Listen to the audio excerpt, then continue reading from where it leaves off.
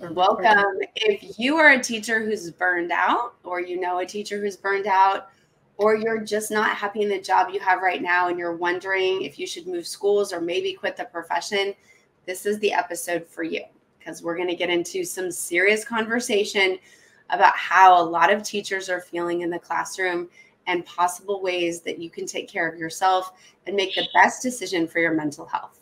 I'm Angie Stevens.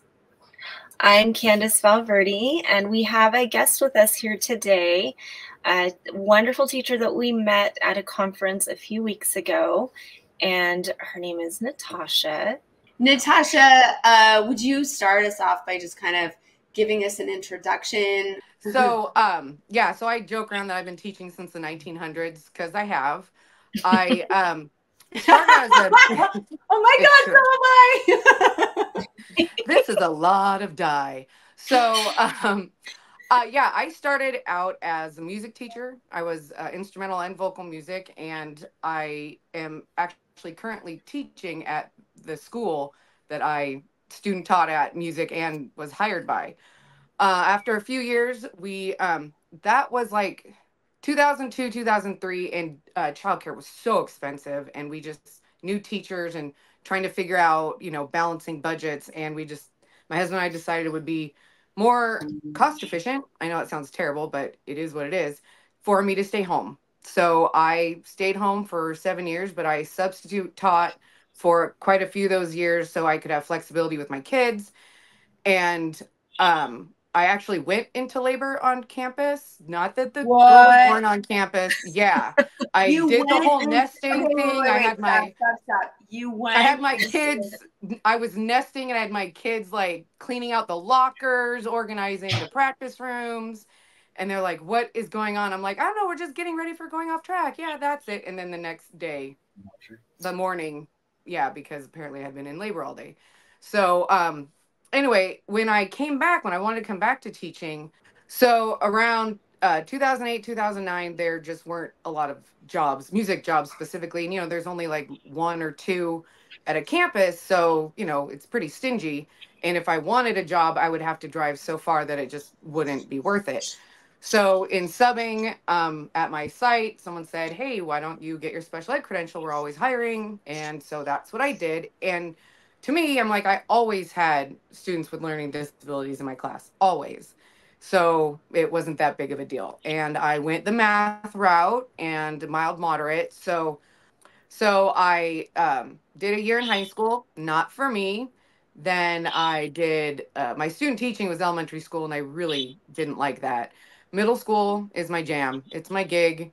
They are odd and funny, and they're going through a lot of stuff. And so even though obviously we're supposed to be teaching the content, a lot of times you can't even get to that because of whatever's going on in their frontal lobe. I call it Swiss cheese because it just is too much.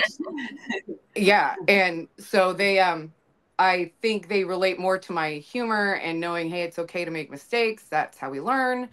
It's really hard right now with, I hate to say it, but social media, when everything is edited, everything looks perfect, and they seem to think everything has to be right the first time. And we all know that's not true. So that's how I ended up where I am. And now we're in to 2024, I can't believe. And so that's where I am. Oh no, I feel like that's how a lot of people end up in middle school, is they start out somewhere and then they try something else, and then they're like, okay, middle school, I guess, and then they end up enjoying it. So that's kind of, typical. And yeah, I call the middle school kids adorably awkward, because that's just what they are. Yes. Especially those 7th graders. Yeah, and the campus is very different. Elementary school, they're very isolated. Middle school, we see each other in passing period. We're I don't know, it's just different with staff. And in high school, there's a lot of pressure to get the students to graduate, and they're very, very focused on that. And middle school is just a different environment altogether. So let's get into, why teachers burn out. So it's obvious from your intro that you love students It's obvious that you're passionate about teaching. When the job market dried up, you didn't find a new career. You stuck with it. So what's happened along the way that causes you to feel like, oh, I don't know? It's not the kids. I can tell from your answer. No, you love the kids. Oh, we not love sure. the kids. Yeah. They can be challenging. My mentor teacher would say, everything else changes, the kids are the same.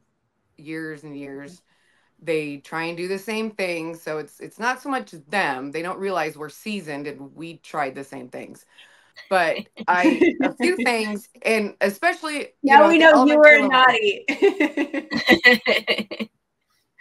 So I don't know what you're talking about.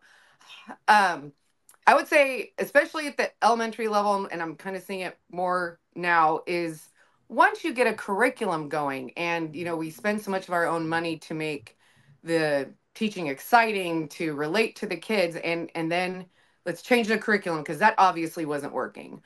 Or we're going to change the schedule because obviously our test scores aren't working or where they should be because of the schedule. And there's arguments too, and pros and cons of that, but it's hard to get in a rhythm and to feel good about how everything is set up, and understanding the ins and outs of the curriculum and what the standards are, how you're going to meet those standards for every kid in your class. And then, okay, let's change it up. And what? And now, and a lot of times it feels like blame, like we didn't do our job, so we're going to change it up and try something else. So there's that. So relearning constantly, which we all can know I we add should to be that? doing. Mm-hmm. Can I add to that? And you can be a teacher that has the top test scores at the school, and it can be working in your class, and they'll still come in and tell you to change it up without even like looking at your individual data. And I think that is what. Yes. So if you're at a school and they have like 9 English teachers or 9 history teachers or whatever, and you've got 3 that aren't performing, but then you have 3 that are, they'll come in and rip that curriculum from the 3 of us that are just as fast. And so I feel like one of the major ways that I get burned out is, instead of saying, okay, what's working at your site, who has top test scores, or whose kids are performing, or where are the jumps, they come in with these fake solutions that they, and they being administration, that they find at their conferences are being peddled by big corporations taking advantage of education, instead of looking at our sites and saying, oh my gosh, this teacher is jumping all these kids. One example of that in California right now is that, like, on our state tests and our ready scores, they're only looking, I teach 8th grade. They're only looking at my kids jump if they move on to grade level into the green, and like 7th grade and 8th grade. They don't even reward me if I have a kid jump from 1st grade to 5th. So I can have like 40 kids move from 1st and 2nd grade reading to 5th and 6th grade reading, but I didn't get them on grade level. Never mind, they jumped 4 or 5 grade levels, right? And there's no reward for that. And there's no even acknowledgement of what that means and what kind of energy that took. And I personally think that takes a huge toll. Like, I'm just obviously speaking for myself, but I think that takes a huge toll on teachers' morale. Oh, absolutely. And that doesn't even touch on the kids that this is their 2nd language or 3rd language. And Amen. they're still tested on that. And I'm like, if they gained 3 years, but you're still not at grade level, that's amazing. And, and then constantly getting feedback, or they get the printouts and they're like, oh, you're still not there. But, and it puts us in a position where we have to keep hyping up. And sometimes they're just like, we know what you're doing. You're trying to make us feel better. But it's, in those kids, man, what they have, the environment they're thrown into, and then the testing, and it's just, I don't know. I have personal views on that, but anyways. Well, no, you're absolutely right. You have all these kids whose first language is Spanish, and they're being tested in English, and they're expected to be on grade level. We're not living in the real world. No. Yeah, and I think part of that has to do with how we know the state just looks at grade level and above. They want that number to go up. But at your individual school site, like, I think it's really up to our leaders at that site to look at the whole picture. And that's how your staff is going to feel valued, is if you say, okay, we know that we improved this much at grade level, but look how much you did besides that. You know, there's great things going on all around. And so I guess that's a call out to our leaders to make sure that that's being done. And I've had principals who are great at it, and I've had principals who are horrible at it. And you're absolutely right. It really depends on what site you're at, which is why, I mean, I'm jumping ahead, but I'm a big proponent of, if you're not happy at your site, move sites. Like, absolutely. Get absolutely. Out. Like, there's good principals out there. Go find one. Well, I'll bring us back a little then, because another thing that burns out is when you are presented with, these are our standards for behavior, and this is the discipline, you know, model, this is, you know, rewards and PBIS, and then you try that, you do it if you can, you know, and fit it into how your routines are in your classroom, and then sometimes it doesn't get supported. Now, I'm not saying that is my site, because we're finding more and more that even our admin are not supported. I don't even want to say that. They're not. They're laws that, like, yes. Yeah. Yes. And they can only do so much. And yes. Because I'm super fortunate that as long as I do the things I need to do, my admin's like, got you, no problem. And that means documenting, because they need to move on. They need the data as well. So that's absolutely fair.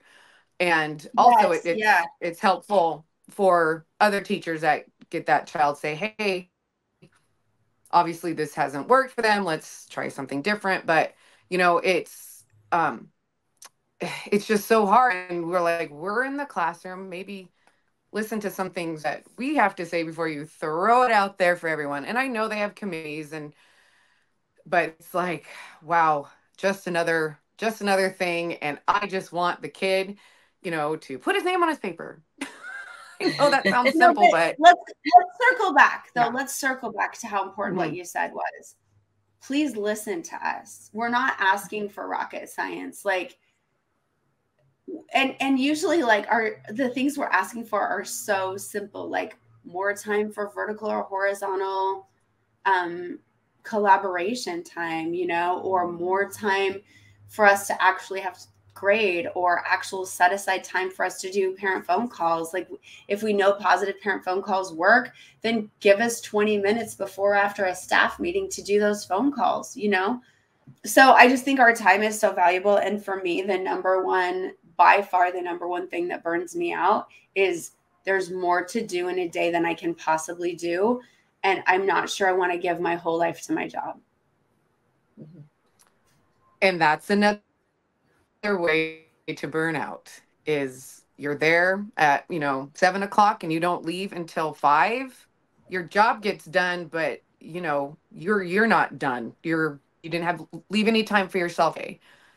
And the whole saying, put the oxygen mask on first and then your neighbor, but it's absolutely true. Yeah. Absolutely. And sometimes when you leave at 5, you're still working at home. You know? Yes. One of the things and one of the things I another mention is, I'm lucky that a lot of my admin actually went through our school. One was actually a student at our school in my class, and now is my vice principal. So when I say teaching since the 1900s, it's no joke.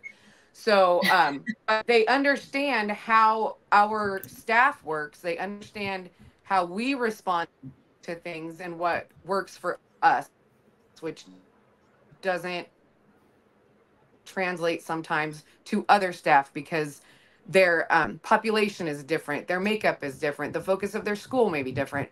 But it really, and that's why I'm at my site. I haven't left, because I feel I am supported. If I didn't, and that's another reason why I left high school, is I didn't feel supported when I'm trying to enforce the standards of behavior. And I don't want to use necessarily enforce, but abide by, and, you know, be a team player about the standards of behavior. And I'm like left out in the cold. I'm like, yeah, that's not where I want to be. And to feel that support from the people around you is super important, and the upper levels, absolutely. And I do feel that a lot. Yeah, I feel like a lot of times what happens is when our school leaders see like things that are not working as they should, they come up with solutions that worked for them. And depending on how recently they were in the classroom or the type of teacher they were, sometimes it works and sometimes it doesn't, but they feel very strongly that like it worked for me, it's going to work for everyone, and everyone needs to do it this way. And so then that's a real battle. Well, and to Absolutely. another side of that is that they think they know what's best for you sometimes. So sometimes they'll come from the outside and say, you know, here's the problem you're having. You need to fix it this way, instead of getting any input on why that problem exists or why that behavior is happening. From like actually going back to what Natasha said, actually saying, okay, teacher, you go first. Here's what I'm saying, you go first. And then incorporating that into their own idea instead of just telling us how it is. Yeah. So there's not like a lot of coaching or collaboration going on. It's just, this is the solution that's going to work and you're going to do it. So that's what burns me out. Well, and especially when the kids are not cookie cutter. They're not. And what works in one district or one site may not work in mine.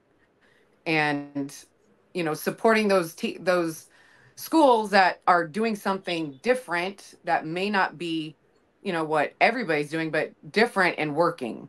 Maybe take a look at it. Maybe it'll work at your site or not. But it's about being a little bit creative on how you approach behavior interventions. And I've said that before, that if the behavior is not there, there's not going to be any learning. And that's a hard barrier to cross or manipulate. You know, it's the kids are different. Kids are a little bit different. Yeah. Are you saying kids are different from COVID, or just every single kid is different at this point? You know, there's being a math teacher, there are a lot of variables. So yeah, the COVID, and I hate to blame everything on COVID, but then I'm starting to realize, yes, there's definitely some elements of COVID, and I'm not quite sure what they are, but a lot of it is and I hate blaming parents, but when we didn't have them before they came to us. They came to us with these behaviors, and we are trying to, especially middle school, I call it high school boot camp. We have to train them with study habits, with just classroom behavior systems, whatever we need to do, advocating for themselves in a respectful way, things like that, getting them ready for high school. And it's this weird, you know, just it's just a weird time for them. And when we have kids with various we'll just say levels of support from home, it can be really difficult. And like you said, you're calling parents. And you know, one of the things I've tried to do is I always leave a conversation with a parent at least laughing a little bit, because they understand that, okay, it's not the end of the world. We're all on the same page. Let's figure it out. And for the most part, I can do that because you want to lead them to leave the conversation with their concerns being heard, and that they feel that they're not alone. And because, you know, there's a lot of single parents and they want support too. And sometimes they don't know where to reach out for it or get it. That's so my major experience is I call home and the parents are like, thank you, help me. And they're super excited to like work through problems. But the other piece of that is it's almost like a co-parenting thing, which is great until you have 156 kids in a day, or 200 kids in a day, or 210 kids in a day. And then it becomes a little crazy. Or the differences in your class are that you have, you know, 2 or 3 severely autistic kids in a classroom with no support, which happens to a lot of us.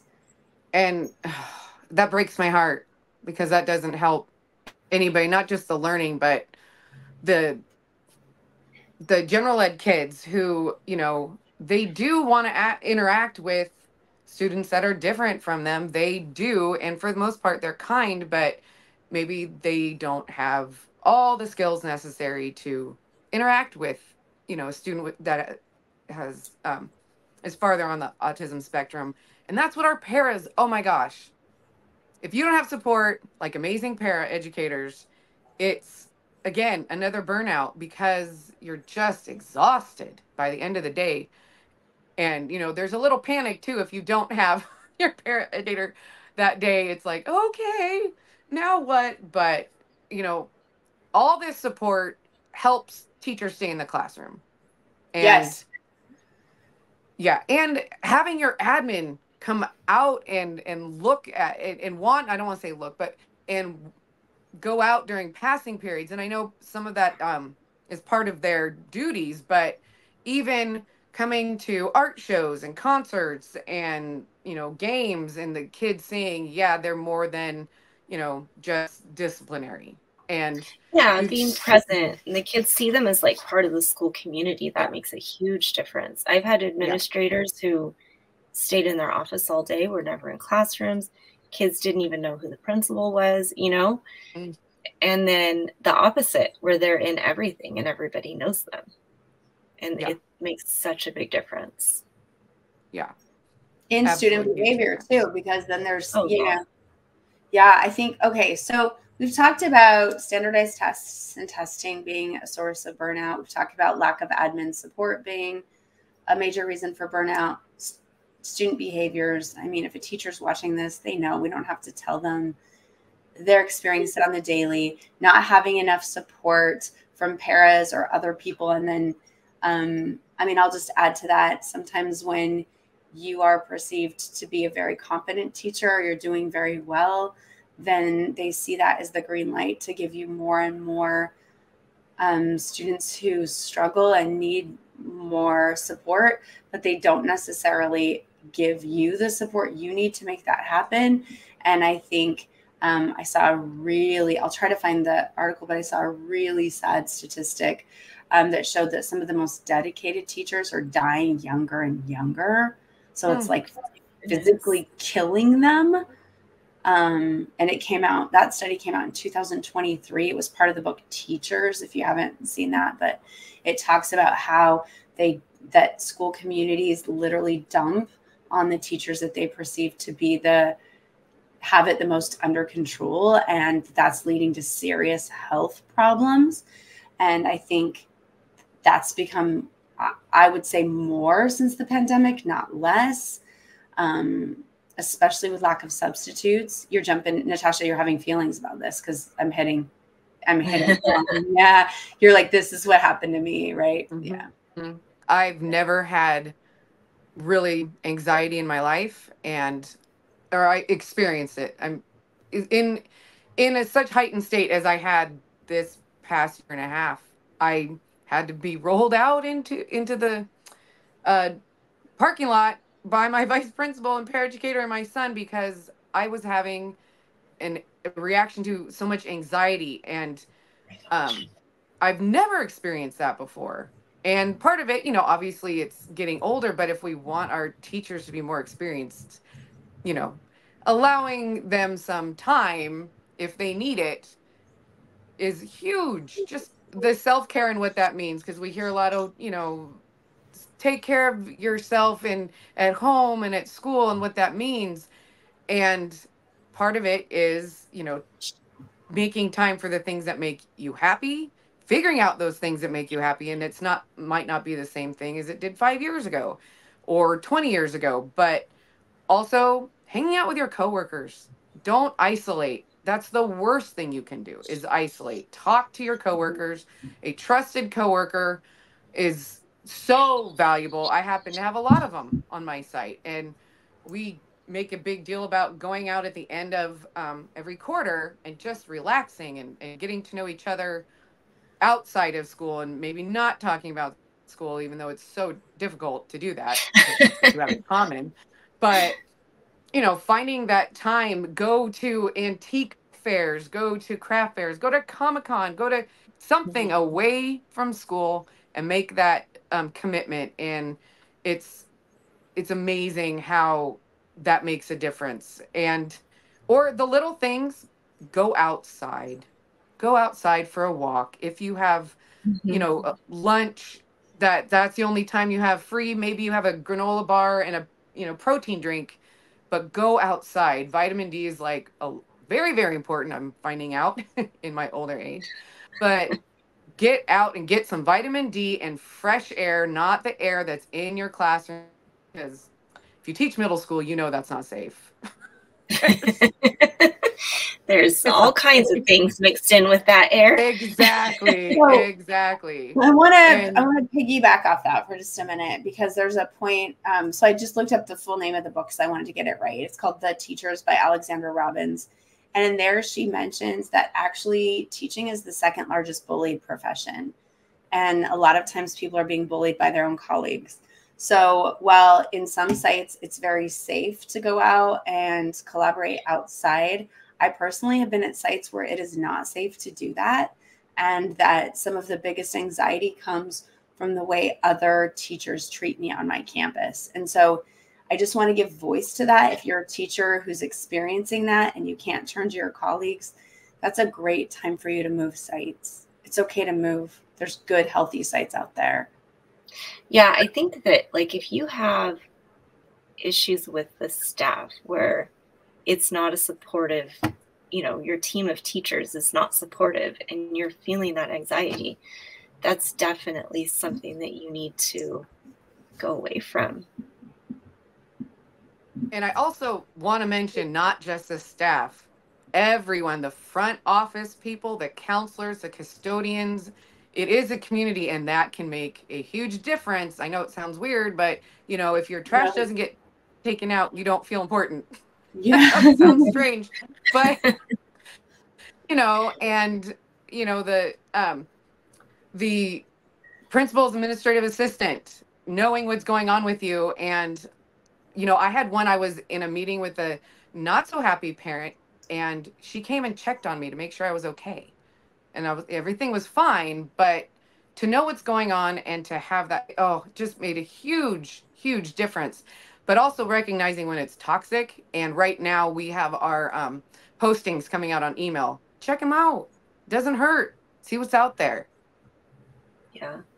I think on the opposite though, like if you have that community, the staff who is supportive and you get along with, you can collaborate with, and it's a great community, but the administration is the problem.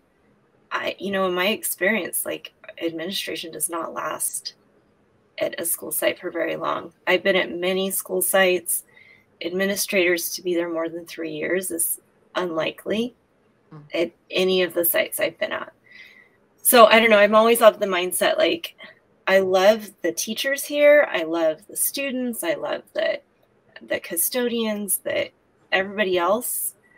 The administrator, not so much, at some of these sites I've been at. But I know that like, it's never going to last and that's going to change. And if I feel supported by my school community, besides, the leadership, then I'm going to stick it out and I'm going to be okay. Yeah. Another sign, I don't want to say another sign of burnout, but another reason is maybe it happened 20 years ago and we didn't know, but probably is the school violence. And it's not just the fights that happen. And it's like a whatever. I can't even right now with the fights, but there just always seems to be in some places there's always like a looming threat of, if I say something wrong to a parent or a kid, or it's scary what they have available to them and unsupervised. The it's it's unfortunately one of the thoughts we have, which probably doesn't help my anxiety any, but when you see it happening and you feel there's no way to prevent it, it's exhausting. Because not only do I have to keep myself safe, I have to keep 30 kids safe. Luckily, my classes are small, but people with larger classes, 42 kids safe, when you can't even get them to come to class on time and to have them, listen to directions in a very heightened state. It's exhausting. You want to protect them because sometimes they're your babies. These are my kids. I'm Mama Bear. And I've told them that I'm like, whatever you need, let me know. But having that looming sense of danger, it's exhausting. Absolutely exhausting. So, you were open and shared with us that it was last year that you were having an anxiety attack, right? And you've taught for Yeah. how many years? How many years? Since 1998. Yeah. And so we're like 20 years into teaching at this point, and now we're having anxiety attacks. Can we go through like what we think would be causing that? And then more importantly, what did you do to change? How did you keep going? Because I think this is common. I think a lot of teachers are, if you're feeling this, like, you're not alone. I'm having similar issues. it's recognizing the symptoms. I didn't know, like, I had one in the shower and couldn't breathe. I didn't know what was happening. And then you panic. And then I'm like, okay, now I know what this is. All right, you're taking a breath, talking to a therapist, talking to other people, looking online for, other symptoms. But the first one, the big major one I had, the room was spinning. It felt like a migraine. I've had migraines all my life. I know what to look for, how I feel before it gets bad, so I can take the medication I need to take. But it was awful. The room wouldn't stop spinning, and I put my head down. I could talk, but it just wouldn't stop. I couldn't walk. And I'm like, what is you just. And it makes it worse because you're freaking out because something new was happening to your body. So I reached out and was like, I need some time. And I had a lot of things going on. My mother is very ill with Alzheimer's, and the dealing with that is difficult, and trying to understand the feelings that you're feeling through the loss of a parent, and then okay, and be happy and going and teaching, and trying to be positive, and having that code switching can be Ooh, let's just really take a minute to exhausting. talk about that. You just had the biggest aha moment for me. Oh my gosh. Yeah, you're right. This like real stuff in your life that you need to process, but you can't process it because you have to go in and be the emotional, moral support for 200 other people who all need you. And it can't be about you because it has to be about them all the time. And where does that go when we can't process it? Like you said, it goes to our stomach and our heads and all these places because we're just shut. So it's for 20 years, teachers like us have just shoved it down and like tried to show up happy all the time, right? And then or you compartmentalize everything and you're like, okay, well, I'm at school. I can only do my school stuff right now. Like I can't think about anything else. Yeah. And then that, when do you give that space? Yeah. And what does that do to you physiologically? Like that was just, thank you for sharing that, especially when you're going through that with your mom and dementia. Like that's so real and raw, and you need time. Exactly. And I have I hate to brag about my admin, but I have a good relationship with them that I can say, this is going on. They're like, okay, what do you need? Do you need a sub this period? Do you need, whatever you need, let us know. And it's just, that's a huge weight off me. And to know I have that support, to have, a husband that takes care of so many things. And so I don't have that on me. In those are huge, but also asking for help. You cannot do everything, no matter what is on TV and what they show the ideal teacher parent. You cannot do everything. And when you try, you end up in a wheelchair, with a garbage bag in your lap so that you're not going to puke on your son's car. It's, yeah. So for you, it had to be going back into your own pleasure, going back into a true place to escape, and you had to throw yourself into like a hobby. That's what you're saying. Yes, and I have so many hobbies, but apparently this one, I'm sitting in my craft room right now, so I'm looking at all the unfinished projects. But one of the things, as you can see behind me, is I started to write, and I won't cry. No cry. No crying.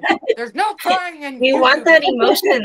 That's how you release all that. We want stress. you to process. Exactly. And we want you to be safe and feel connected. Right. Yeah. And I cry for dumb stuff, so this is normal. But there were a few things that happened, and I just was like, I have these feelings about them. One of them was the Uvalde school shooting in Texas, and I was also then exposed to Turkish dramas that were completely different than anything I'd seen in America, and it was an escape. I wanted to get back into reading. I listened to a lot of audiobooks, and I was listening to one that was so bad that I thought to myself, I can do that. And most, you think you can do it, and then it's like, no, you can't. But that's okay because you tried. Well, it turns out I have a lot to say, and so it turned into what you see behind me is my book, Queen Bee and the Turk.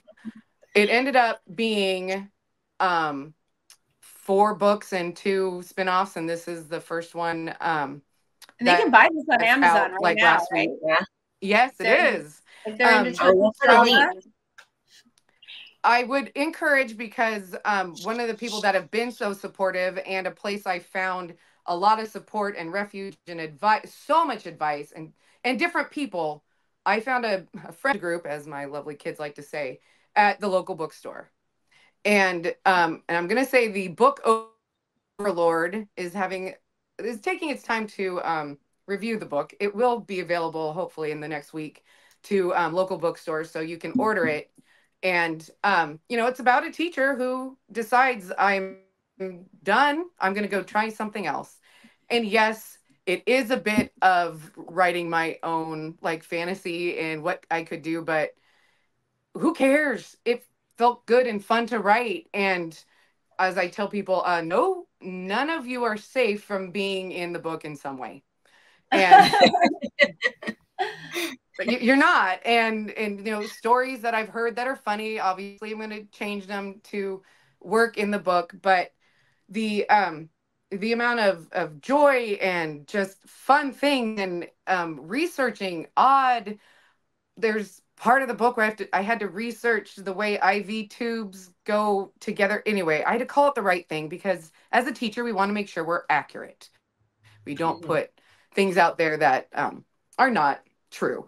So it was that, and then just the fascination with the Turkish culture, obviously, and their dramas, and just their sense of humanity is really touching, and I don't think we get that enough. So yeah, I found another joy, I should say, an exciting joy. And strangers have been supportive. Holy cow, the amount of people that would read it and tell me their honest opinion.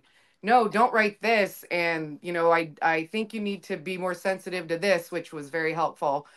And they took the time to read it, and we all know how valuable our time is. And they did it. And it was, if enough people told me it sucked, then I would have stopped. But because obviously if it doesn't look good, you don't want to spend time with something that doesn't work. But it worked, and people are laughing and crying and cringing and groaning, and that's what I wanted. Yeah. So you found a community that supported you, and you found something that you really loved doing that was, kind of an outlet.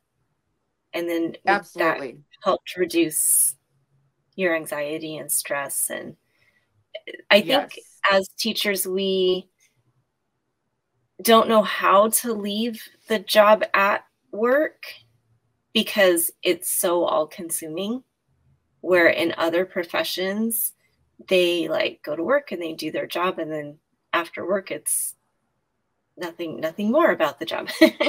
You know, so Right. and I know there's other, you know, doctors, like there's a lot of other professions that bring everything home, but it's hard to find a way to do that and to like allow yourself to do that, you know. Well, how is that even possible when you have like lesson plans that have to be done and grading that has to be done? I mean, if you're One actually thing I want to, because you know my mom and the dementia and Alzheimer's, is I did a lot of research about brain health, and it makes a big deal to walk. And I know I said it before, but it helps your mind and in your mood.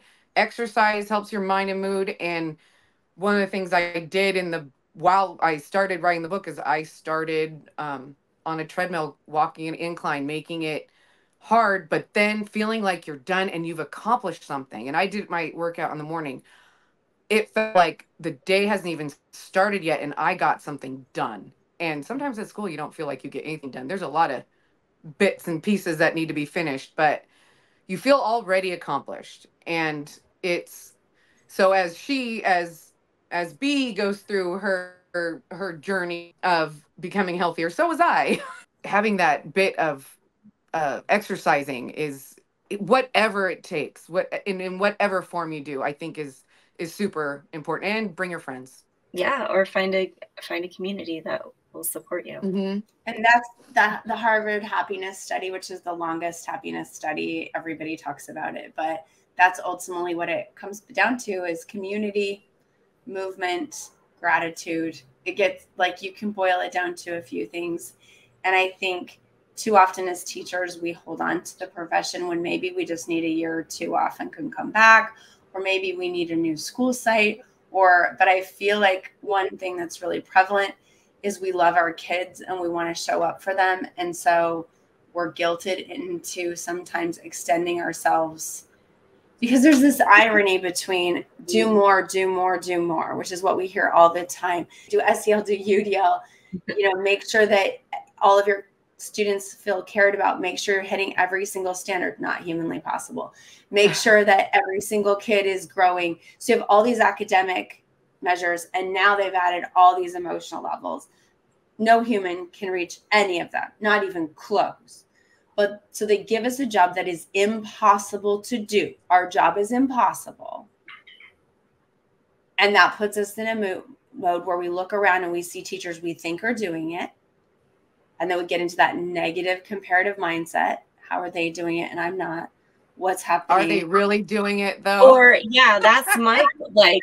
Or they're just they're a happy pretending. face and their room is okay. clean. I think that's true, right? But I think yeah, because is anyone really capable of doing it? No, I have so many young teachers who come up to me and they're like, "How do you do it?" And I'm like, "Do what? No." Mm-mm. Yeah, but some people just hide it really well. Yeah, you know, they pull it off. And some people don't, like me.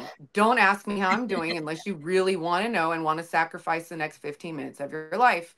As when I met Angie, she got an earful. Oh yeah, and Candace too. So one thought I did, acronym soup is what I heard. A lot of you have to do this and that.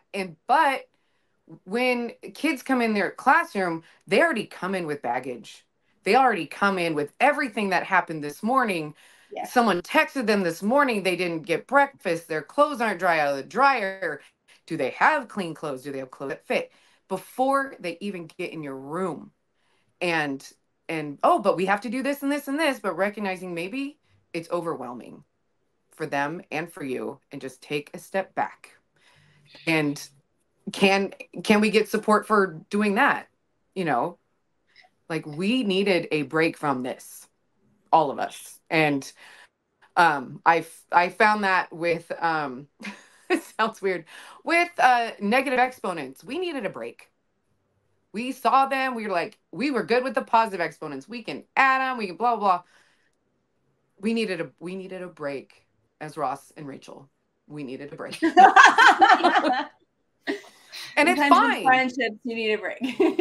Yeah, and recognize that facial, expression that says, you just went out, you know, jump the shark, as they say. I don't understand what you just said. And not just looking over your kids, but looking at their faces and recognizing it's okay to stop for a second. And It's okay to take a let's, whole yeah, day and and just talk regroup. to them. It's okay. And just ask them how they're doing, what's coming up. It's okay to take a whole day and say, I have to teach you negative exponents. What's your favorite way to learn? Let's plan this together. Should I try games? Should I try visuals? It's okay to ask them, do you want to help me teach it? How can we make this interesting? And the buy-in is so much stronger, you know, when you just go, guys, I tried my way. It's not working. Let's talk about this together. And it just takes the weight off of you having to always be the sage on the stage and say, like, let them help you. Like, let them, what's worked in other classes or what hasn't worked. Because even them just thinking, oh, I have to learn. How does learning work? How does learning work for me? That's a gift to them. Yeah. And teach me how to teach you. I can see how you learn the best. You got this. We did, you know, when we tried this technique, this strategy, you know, and another is you're teaching me how to treat you. Yeah. If, you know, that's another one too. And I stole that from a talk show host that will remain nameless, but it's absolutely. That means it was Ellen. It wasn't though. Someone else. It was someone else. Yeah. But okay, I just had to try. It's absolutely true. And same with adults too. Like it works with adults. Absolutely. Yeah, give us time too. Yeah, don't just come at us with like you were talking about office staff and janitors, and we have to be kind to them and they have to be kind to us because everybody's job is really hard. And so when we're burned out, we're going to give our passions their space. We're going to try to leave work at home more. I was reading a thing about quiet quitting, and I thought quiet quitting is a great thing for teachers to do for a week to regroup, where you still show up every day. But sometimes there have been times in my life where I had to quiet quit for a week or two, and I kind of just barely made it. And that was okay. There's no shame in that. And we're teaching the kids the same. When it becomes overwhelming, back up. It's fine. Yeah. And instead of go, you know, competition with everything and being the best at everything and getting it the first time. I'm like, you know, I tell them this all the time. You fell on your face about 100 times when you learned how to walk. So unless you're, you know, there's an invisible force moving you into my classroom, you know how to walk. So you will get this eventually. And I'm always surprised with how compassionate they are. Like I have a pretty serious heart condition, and sometimes I go blue and I don't know. They'll know before I do. No. And it's amazing. The kids that other teachers will complain about that are the toughest kids are the most protective. Like when I go blue, they will run across the classroom, grab me and be like, "You're blue," and like sit down and like coddle me and stand over me. Aww. And it's so sweet. And I just love to let them do that. Because it's so sweet, because it's their way of saying, you care for us, I'll care for you. And I always think it's the ultimate compliment, because it's like, especially at the end of the year when they're all so sweet and wonderful, and, you know, your classes are all kind. And I feel like that's the ultimate compliment because it shows over the year. Right now. Oh. Yeah. We'll work Aren't your classes like really sweet? I don't know. I'm just having a really good year or something. Well, but I love some are, and it depends on the day. You know, if it's yeah, they're still kids. But this is the time of the year when you can just give them a look and they're like, "Oh, sorry, miss. I know better. Sorry." Right. You know? They've settled. They know you, you know them, and like you work really well together. It's not a thing anymore. You just look at them and go, whatever, you know, and they're like, sorry, you know, or whatever their little mommy thing is. Like, he did it first, but we'll stop, or whatever. But you reach that place where it's they're comfortable, you're comfortable, they're safe, you're safe.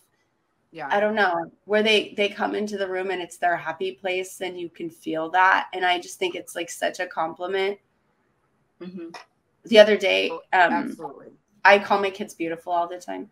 And one of the kids who hardly ever talks has like selective mutism. She goes, "Hey, beautiful," out of nowhere. And I was like, completely, I was like, and my face, I said nothing. And she goes, "What? You always say it to us." Oh, you know, and it was just cute. so cute. Just like those, I feel like those little micro wins and just remembering them are what keep me from burning out. Like I have to, and I have to share them with people, and they have to be people who will celebrate me. They have to be people like, I have a girl in my, shout out to Miss Roman, and we can just share our happy successes, and it just feels so good. So at the end of the day, we'll always try to come with a story of something that like was like, oh, guess what so-and-so did today. I love that. Yeah, that I My think that's teaching really partner powerful. and I will write funny things that the kids say and put it on a sticky note, and so that we can relive it every time. And then next year's kids come by and they're, what is this about? And it's permission for them to laugh with us and that we're human. And especially, you know, when you were talking about turning blue, they feel empowered, like they can help, and that they, Yes, you know, it gives them some self-confidence. It's so huge. And it's not a skill you can teach it. They have to experience it and feel it. Yeah, right. Well, and then you're also showing them that you trust them to take care of you, you know, so you're allowing them in, and that's empowering to them too, because they might not have that elsewhere. Oh, yeah. And I think that's a good point to why sometimes it's the students people wouldn't expect. Yeah. Because it's amazing. Yeah. There was when I fell, we just happened to have in that same week, like we're supposed to have an earthquake drill. And so one lovely young man, and I'm okay if it's a good joke. I'm okay. and he goes, "I thought we had the earthquake drill." And I'm like, "Okay, I'm going to."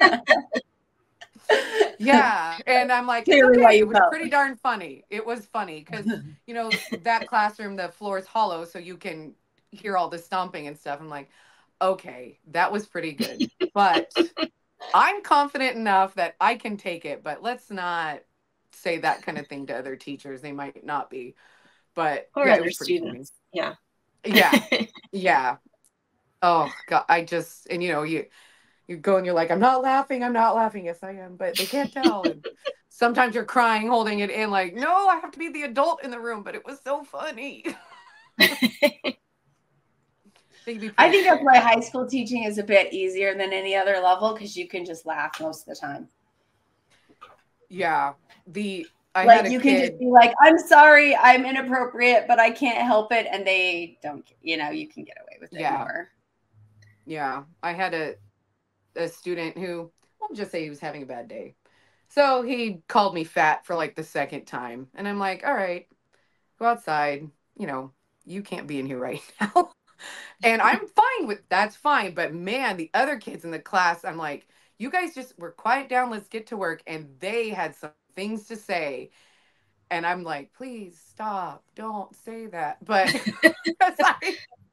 because they were funny and it was a little cathartic. And then I'm like, okay, you guys, now it's just mean and he's not in here. So that's not okay. But in my heart, I'm like, oh, they're sticking up for me. Well, and you know, if he calls you that, he calls other people that. And yeah, absolutely. You know, that's the other thing about teaching that I think is so important, that can burn us out if we don't learn it fast, or make us bitter, which I think can be worse. And I think it's when people take it personal. Like, it's not personal. You're not fat. And, you know, like, they say things and they lash out to get attention. And I always I learned in my second year of teaching, the kid who has no safe place to go, if you're the safe place, watch out, because they're going to probably call you some names and blow up a couple times to see, are you going to abandon them like everybody else did? Or are you going to show up with love? And when you show up with love, those kids are the kids, you know, 20 years later that invite you to their weddings and name their kids after you. And you earned that. Like every bit of it you earned. But they're going to call you the names and they're going to blow up like that, because especially if you're safe. They want to see, how safe are you? Who are you Yeah. really? If I push this Right. button and this button and this button, are you somebody who can come back with logic and kindness? Can you get over yourself enough to love me no matter what, unconditionally? And I just think it's such a cool opportunity, but oh my gosh, is it hard in the moment? It's like crazy. And I will communicate with parents. Your child had a terrible day, but they pulled themselves out of it and now we're good. I just want to let you know I am so proud that in the 80 minutes that I have him, and yeah, we have block schedules, so it's a lot of time. You know, they showed me that they're growing and I'm okay with that. And they're like, "You're not mad?" Well, I mean, I had feelings before, but I'd rather be proud of the kid recognizing that they need to stop their behavior and changing it. And that's a huge skill to have for high school. And like, even as we say that, that's us stuffing our feelings again. Mm-hmm. It works. Yeah. It's effective and it's good teaching, but there you go. There you go. Yeah. And a lot of times when I'm upset with something, it's because I'm disappointed and I'm not mad. Like, it's not really anger, it's disappointment, but it just comes out as being angry. And what I was going to mention, my middle school across a giant parking lot is a giant high school. And so they move on and I point to it. You want to graduate from there, right? And the whole thing of getting them to start thinking about graduation in 8th grade, it is kind of a task because sometimes they can't think past next week. But I do have kids that come over and wait and say hi, or, talk to me in the parking lot. And I'm like, so did I do my job? Did I prepare you for high school? Oh, yeah. And I'm like, can you come and tell these 8th graders that I'm not just blowing smoke? Like, they really don't have patience for you. And it's because they need you to get the skills to be able to be successful in whatever you want to do. Mm-hmm. And we're just not nags, although sometimes that's what I feel like, but part of the job. So you still have anxiety? Yes, but I know that it's not just me, because you don't want to feel like a failure, like I failed because I get anxiety. But I just one thing is I will listen to calming music. So, being a musician, I knew and know that it's important, but wow, it really does help. Especially, I know it sounds weird, especially strings. I don't know why, but that works for me. And just concentrate on my breathing. And sometimes you can find those things on YouTube where it's positive affirmation and the person has a really nice voice, and that helps a lot. Mm-hmm. And you're just lost in what they're saying. Shameless plug. We do immersives here, and that's what they're for. And I put them on in my classroom, and I can't believe how much better I feel. So I started doing immersives, and I release them like once a week, specifically to help with my own anxiety and specifically to help with my class. And so I have like 10-minute break ones or longer ones. And when the kids are working, I just put them on in the background, and it helps a lot. It helps me a lot. It's selfish.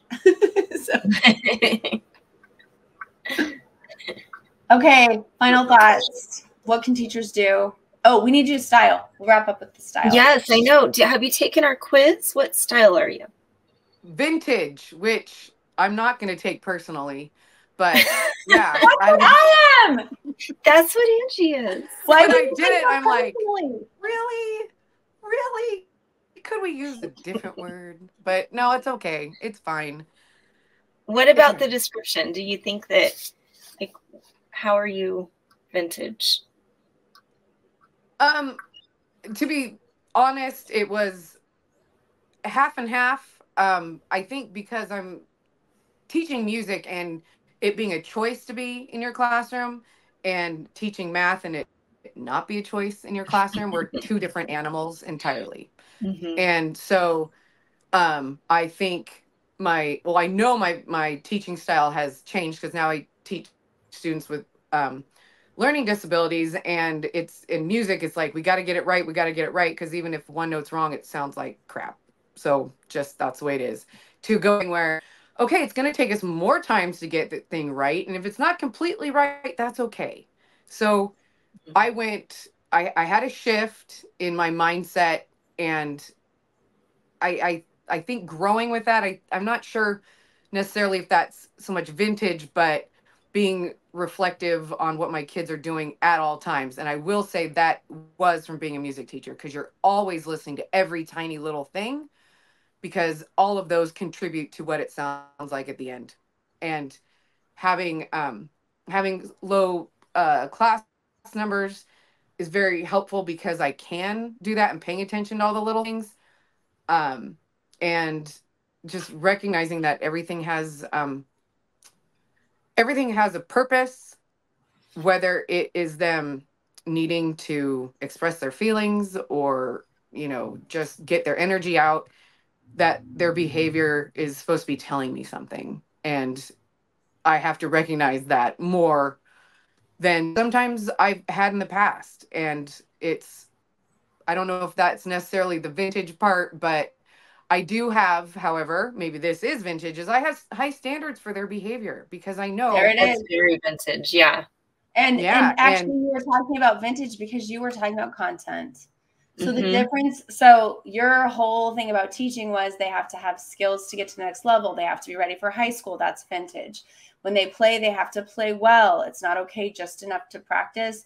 They need to know the difference between a note that's on or off. The goal is to actually get the problem right, not just to practice the problem.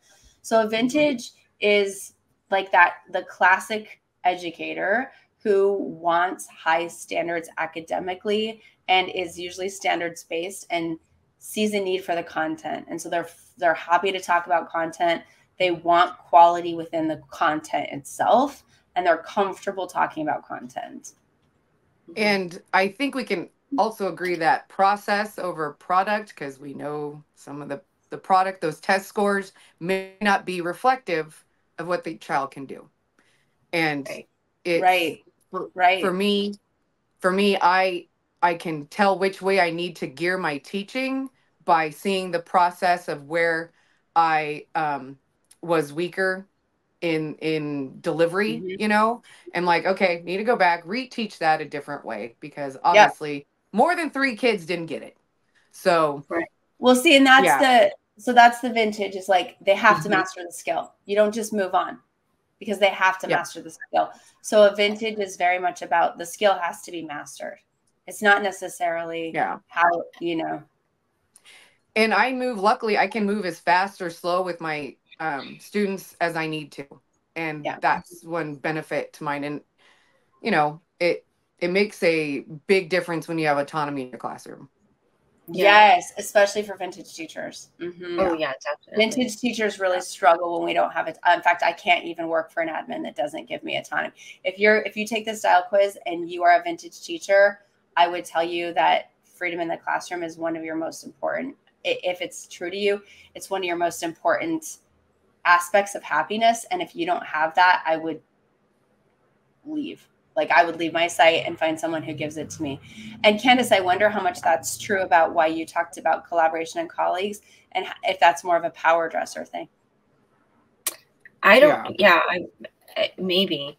Yeah, where vintage teachers might be like, no, I'm good. If I'm, if I can do my own thing in my classroom, then I'm good. Doesn't matter. But me being a power dresser, like I want to have engagement and collaboration and all of that in my classroom, but also with my colleagues, where I don't want to be on my own island, Yeah. So And recognizing I don't know everything. I beg, borrow, and steal strategies, techniques, lesson plans, because I don't know everything.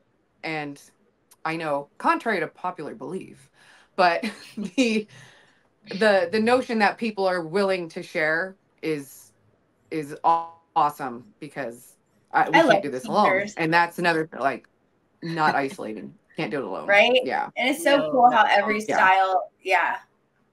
Okay. And you might lean more towards, the other outside realms of your vintageness, depending on the class that you're with too. So, even though that's what you tested as, it still fluctuates depending on your students and what they need. So the style, the way the style quiz works is it's based on what learning objective you feel is most important. And I would argue it can actually fully change. Like you might be a power wrestler when you're teaching your math class, and then you might be vintage and music, and then you might be chic, you know, like I think there's a core to it, but it's really like a lot of times the subject we're teaching has a large role in what aspects of our teacher self, like we bring out, I think. Yeah. Oh yeah, definitely. And I think those of us who've been teaching a long time, we can do a little of everything. Like we're not one style. It's just our strength style. And this is like my final takeaway. If you are burning out, if you are exhausted, please try to take the style quiz and learn about your style and lean into the strategies that your style likes. One of the reasons I wrote the style guide is because I was burning out and I was going to have to leave teaching.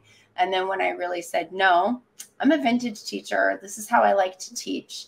And it may not be the most in fad right now, but it's good for me and it's good for my students. And I started embracing that. I started loving teaching again. And I found a couple other vintage teachers and we got together and we're able to support each other and say, you know what, we're doing good things. And other people may not be able to see that, but we see it. And that kind of support from other people who got it, who got why I was in the classroom and how I interacted and what my values were, made all the difference. And make sure you have a booger checker on campus. Someone will come up to you and say, just you need to wipe your nose. A booger I thought you said booger checker. I was like, what book do we need to buy? No, okay. Booger checker. Yeah. Like, oh, come here. Like, you know, oh, I had a student, it might even be a student who, this was so embarrassing. And I apparently got dressed in the dark and she's like, I think your pants are on backwards.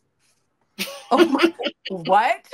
And I'm like, okay, all right.